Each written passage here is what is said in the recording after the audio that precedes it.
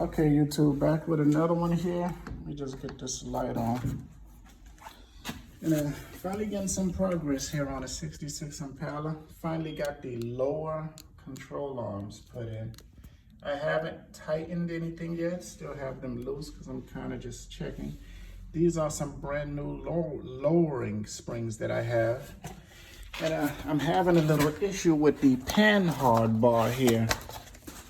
Compared to the old one, this one here has a different connection link. It does not slide all the way in due to this adapter that's in there.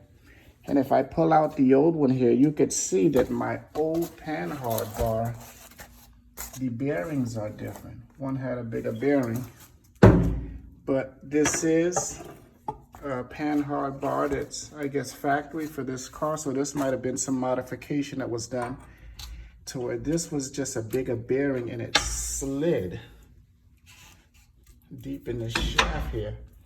And then that's how it connected onto the frame of the car. But I'm gonna have to do something here. Probably just trim off a little bit of this here so that I have more thread. And then I could slide this in. And if I could get about 1 inch of thread there, I'd say 2 inches more, I would be okay. And that way I could have that connected. And then we move on to the front here. You can see I finally got the qa1s installed. And I tell you, this was a headache to kind of play with, to get to fit these 2 bolts here towards the bottom. I literally had to screw this top shock bolt to the max. That way I had more room to play with in the bottom.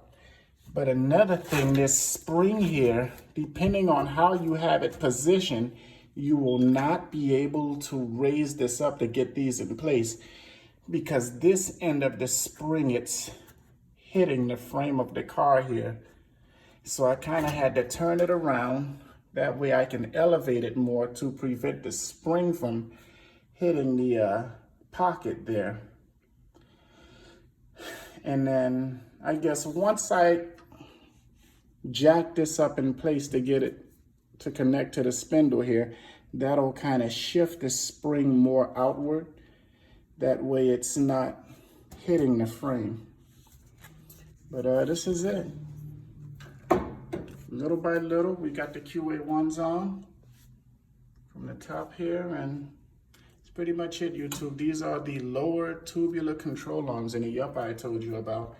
And then on a prior video, you'll see how I had to modify this tubular control arm from eBay that I bought from Tom Auto Parts. And I'm not sure if all of them are the same because they all seem to be similar for this car. So if they all have that bolt that sits there, it's just difficult to get it to line into place there with the qa1s. I believe these tubular control arms were not made to fit qa1s. I had to modify it for it to work, but there you have it. Okay, YouTube.